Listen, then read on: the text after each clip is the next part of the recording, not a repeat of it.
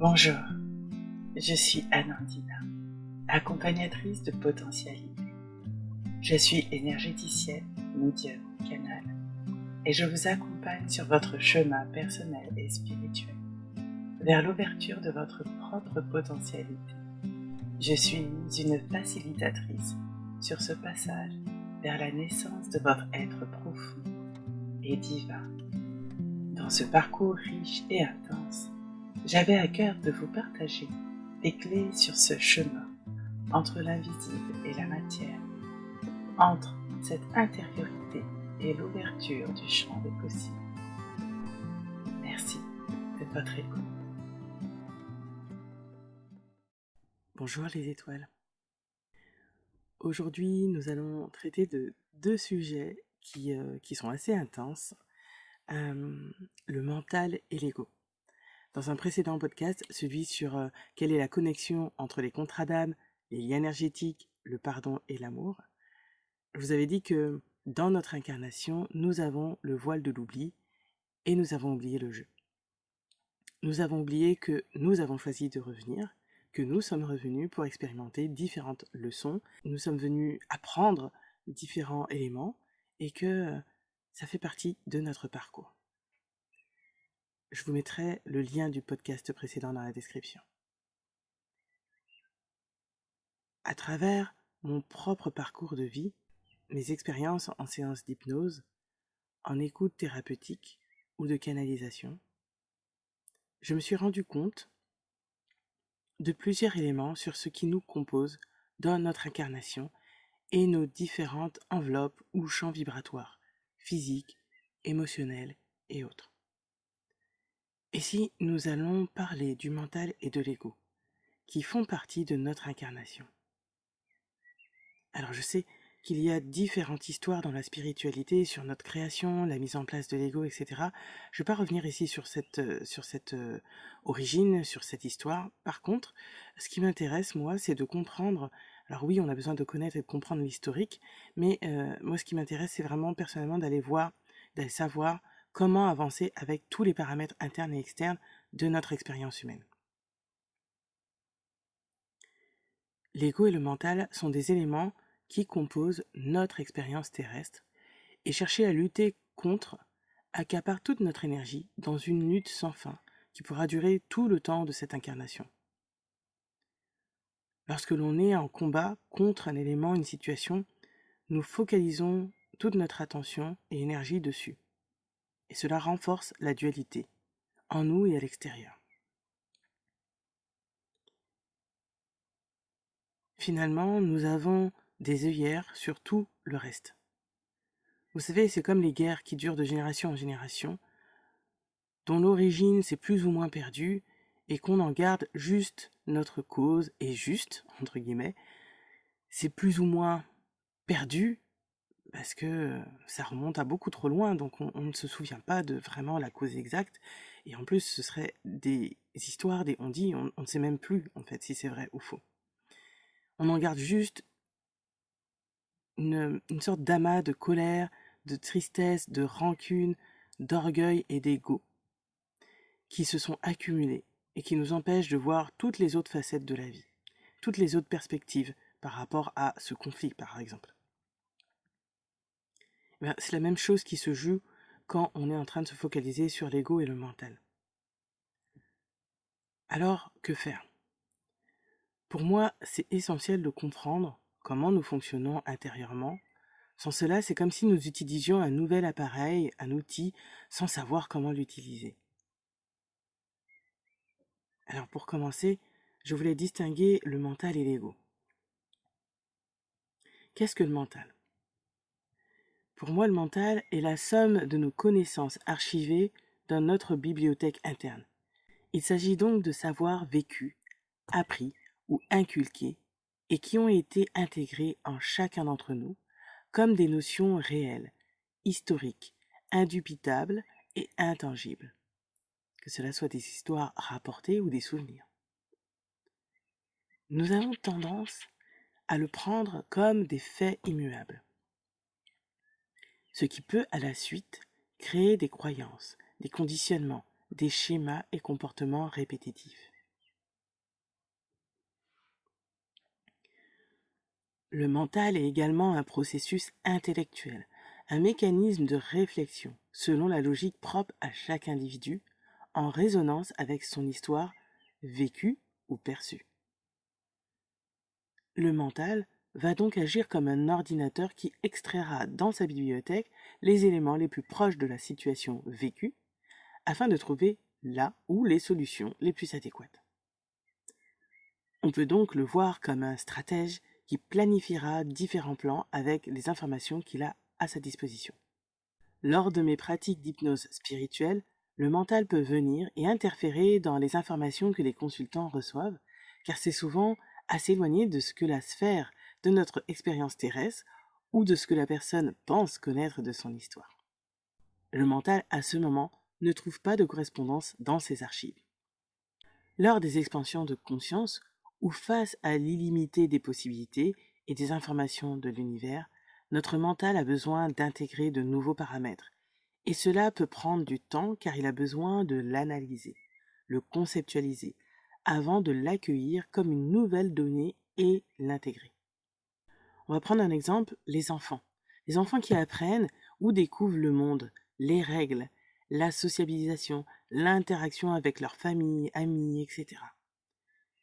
Nous commençons à leur transmettre notre vision du monde afin qu'ils intègrent au mieux la société selon notre référentiel mental basé sur notre expérience passée, les codes et consensus sociaux.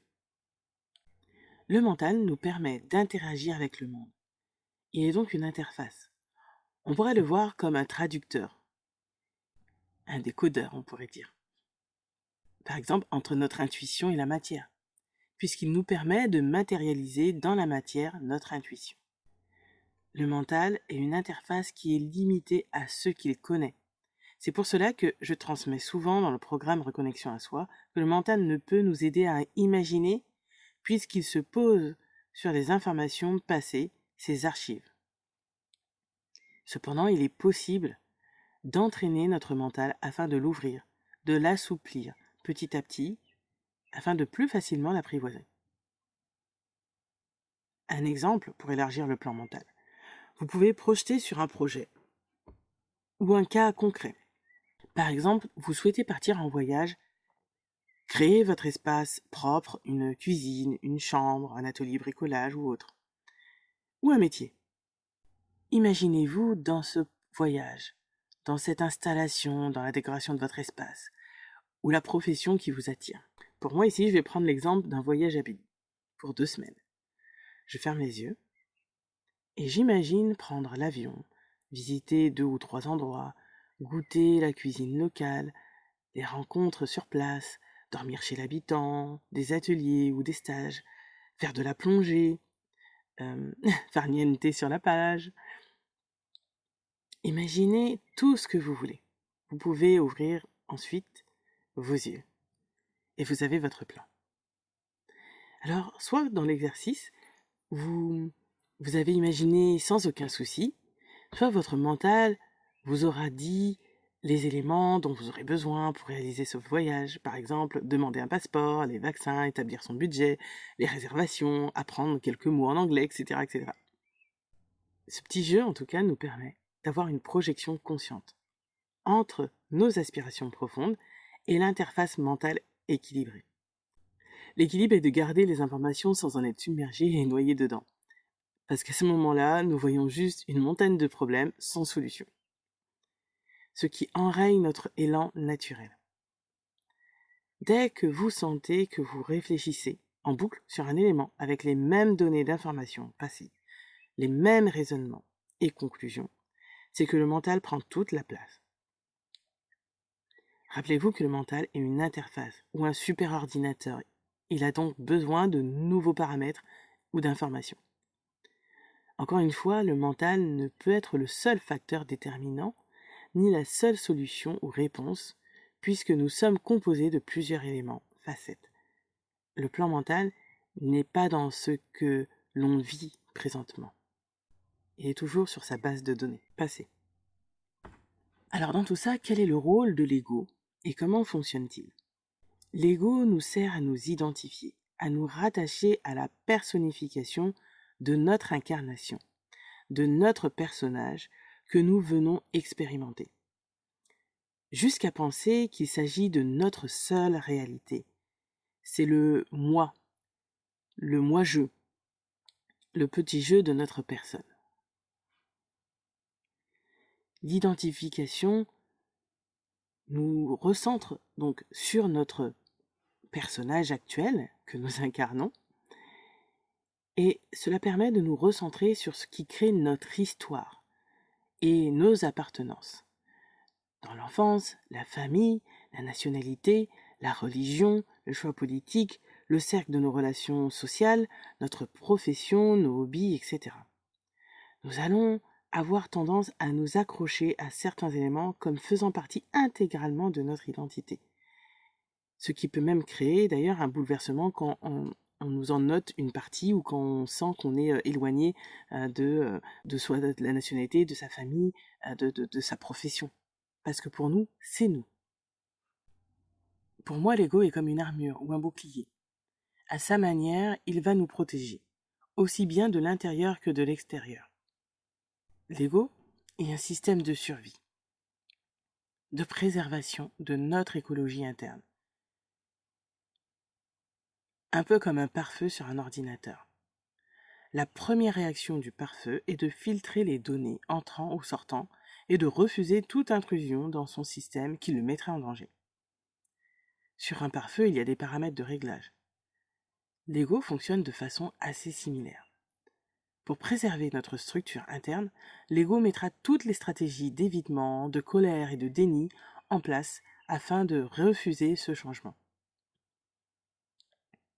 La situation, les nouvelles informations peuvent être vues comme un réel danger qui active notre instinct de survie. C'est ce qui crée le plus de résistance dans notre évolution, notre ouverture de compréhension et de conscience. L'ego veut toujours être aux commandes. Dans sa version douce, c'est le modéré. Et en version beaucoup plus forte, c'est un véritable tyran intérieur et extérieur. C'est vrai que cela peut donner souvent des phrases « je dois ». Je dois faire ça. Vous devez faire ça. Vous l'avez pas fait. Ça sonne comme une injonction, un ordre. Cela nous donne des phrases que l'on peut entendre ou sentir intérieurement, souvent à ce moment-là. Je suis comme ça. On ne me fera pas changer d'avis. Je connais ou je sais. C'est souvent dans une volonté de ne pas en démordre. Sous une autre forme, c'est je ne sais pas comment faire autrement, alors donne-moi la solution, si toi tu sais. Ces types de réflexions peuvent être dans la volonté de pousser l'autre dans ses retranchements et non dans une véritable demande de trouver une nouvelle manière de réagir ou de changement. L'un des outils le plus facilement perceptible de l'ego est la comparaison. Il va tout comparer. Alors que rien n'est comparable, nous n'avons pas le même vécu, la même personnalité, sensibilité, susceptibilité, la même estime de soi, les mêmes notions de plaisir, de souffrance, de compréhension, de foi, etc. Ce qui peut fonctionner pour l'un ne sera pas adéquat pour un autre, car intérieurement, nous appréhendons la vie de manière différente. L'ego peut se comparer à nous, en partant de notre âge, de notre santé par exemple. Il peut aussi utiliser les souvenirs du mental pour nous prouver qu'il a raison. En gros, l'ego ira dans nos archives internes, notre base référentielle pour nous ramener des moments plus ou moins agréables. Quand c'est des bons souvenirs, c'est plutôt chouette. Mais quand il nous sort tous nos défauts, nos relations ratées, ou le moment de honte du collège et du lycée, ça l'est un peu moins. Lorsque l'ego prend toute la place, c'est un peu comme si nous faisions du surplace. Nous nous retrouvons dans la non-volonté de changer quoi que ce soit dans notre vie, et cela crée la fameuse zone de confort. Il est possible de se sentir bien, confortable, ou de sentir que justement quelque chose ne va pas tout à fait. Vous ne ressentez pas une vraie paix, une sorte de sensation de satiété, d'être vraiment bien. La zone de confort est alors inconfortable, car l'on sent que l'on s'est installé dans une sorte de routine enfermante et néanmoins rassurante. Dans certains cas, l'ego peut être cristallisé sur notre histoire. sur l'histoire que l'on se raconte, qu'elle soit agréable ou non. Par exemple, elle peut être vendue comme une success story. On pourrait dire alors qu'on se la raconte, hein, mais c'est l'identification forte et bien installée. Dans cette histoire, on peut facilement retrouver les figures de victimes, de bourreaux, de sauveurs, donc le héros, le méchant, etc. C'est une histoire que l'on se raconte tellement en boucle ou à notre entourage que cela devient très difficile de s'en détacher et nous devenons le fruit de cette histoire. Nous nous personnifions comme le héros ou la victime, etc. Toute histoire a un angle de vue et nous la voyons depuis la nôtre. Tout cela se résume souvent par « je suis comme cela »,« c'est à cause d'eux ». On refuse même de voir l'histoire, la situation autrement, même si on nous apporte un nouvel éclairage, on s'enferme dans un entêtement d'une certaine manière pour avoir le fameux « j'ai raison ». Je te l'avais dit. Tout cela se résume souvent par « je suis comme cela », c'est à cause d'eux. On refuse même de voir l'histoire, la situation autrement, même si on nous apporte un nouvel éclairage. On s'enferme dans un entêtement d'une certaine manière pour avoir le fameux « j'ai raison, je te l'avais dit », car l'ego veut toujours garder le contrôle. C'est sa manière de préserver sa structure interne qui reste ainsi immuable, inchangée. L'ego va également toujours nous porter à l'extérieur de nous-mêmes et procure la sensation qu'il nous manque toujours quelque chose. Nous avons alors des désirs et des envies, le dernier objet à la mode, le portable, la voiture, la maison, peu importe, la dernière formation dont on parle tant, une activité, une série, un film tendance, une personne, une relation qui va nous apporter le bonheur, entre guillemets. On nous vend aujourd'hui des désirs comme des besoins, en jouant sur l'attractivité des images, des mots, du plus beau marketing, packaging, créant une atmosphère, un univers qui appelle le désir et qui embrase la frustration même au besoin. Parce qu'on n'a pas la dernière chose qui nous ferait du bien. L'ego est dans un désir compulsif de posséder pour répondre à un désir plaisir immédiat et qui n'est qu'un bonheur illusoire et éphémère. C'est sa manière de remplir la sensation de vide ou de manque. Néanmoins, ce comportement peut créer une course sans fin, entraînant des déceptions en chaîne que l'on vit comme des échecs et qui peuvent amener parfois à une perte de sens dans notre vie. On pourrait voir notre ego comme un addict qui est toujours en manque de quelque chose ou de quelqu'un et qui est persuadé que la solution viendra de l'extérieur. Ainsi, il ne va pas voir, il ne va pas s'observer intérieurement et cela ne crée aucun remous de turbulence, d'éclairage et d'expansion intérieure. Voici les grandes lignes pour détecter l'ego. Alors je vous ai donné quelques phrases que l'on peut retrouver pour donner des exemples, mais lorsque l'on écoute sincèrement les personnes ou soi-même, on peut plus facilement ressentir, voir et percevoir lorsque nous sommes dans le mental, l'ego et le cœur. Le but n'est pas de jeter la pierre sur qui que ce soit, car nous sommes tous régulièrement dans ces fonctionnements mentaux et égotiques. De même, quelquefois, nous pouvons nous faire plaisir sans que cela soit une quête effrénée en permanence. Vous allez pouvoir ressentir lorsque vous avez besoin de prendre l'air ou de vous changer les idées ou qu'il y a des activités qui vous attirent profondément. Nous ressentons de plus en plus lorsque l'on est dans une sorte de pulsion presque compulsive pour ne pas avoir le temps de se poser, de s'observer, de sentir notre météo interne. C'est-à-dire notre état intérieur, nos émotions, les sensations d'inconfort et de vide, de vacuité, de sérénité. Une fois que l'on se rend compte de notre fonctionnement, nous pouvons plus facilement identifier les histoires que l'on se raconte, les rôles que l'on entretient dans différentes situations et s'en détacher petit à petit. Nous pouvons plus simplement observer les moments où nous surjouons tellement que nous perdons notre véritable essence dans ces histoires. Il y a une citation bien connue qui correspond assez bien pour résumer les écuelles du mental et de l'ego lorsqu'ils sont dominants dans notre vie. La folie, c'est de faire toujours la même chose et de s'attendre à un résultat différent. Cette citation, elle n'est pas de moi, elle est de Albert Einstein. Et je trouve que ça permet de reposer les choses et de remettre en question nos certitudes et nos habitudes de fonctionnement qui sont très souvent la clé pour faire évoluer et améliorer notre vie. Bon, vous l'aurez compris, pour moi, il ne s'agit pas de conspuer ou de dénigrer des parts de nous, mais juste d'accepter, de comprendre notre mode d'emploi intérieur pour ne plus s'enfermer trop longtemps dans des fonctionnements, des schémas de pensée et des rôles qui nous ferment à toute notre richesse intérieure. Il s'agit d'apprivoiser, de comprendre, d'apaiser notre mental et notre ego. Chaque situation, rencontre, nous apprennent quelque chose sur nous-mêmes et le monde. Parfois, nous avons besoin de temps pour traverser certains moments de vie et laisser infuser certaines informations, pour enlever nos couches d'oignons ou entamer une nouvelle transformation, expansion, afin de déployer encore plus nos ailes. Rappelez-vous que tout l'univers est en perpétuelle évolution, expansion, mouvement, et nous faisons partie de la richesse de cet univers.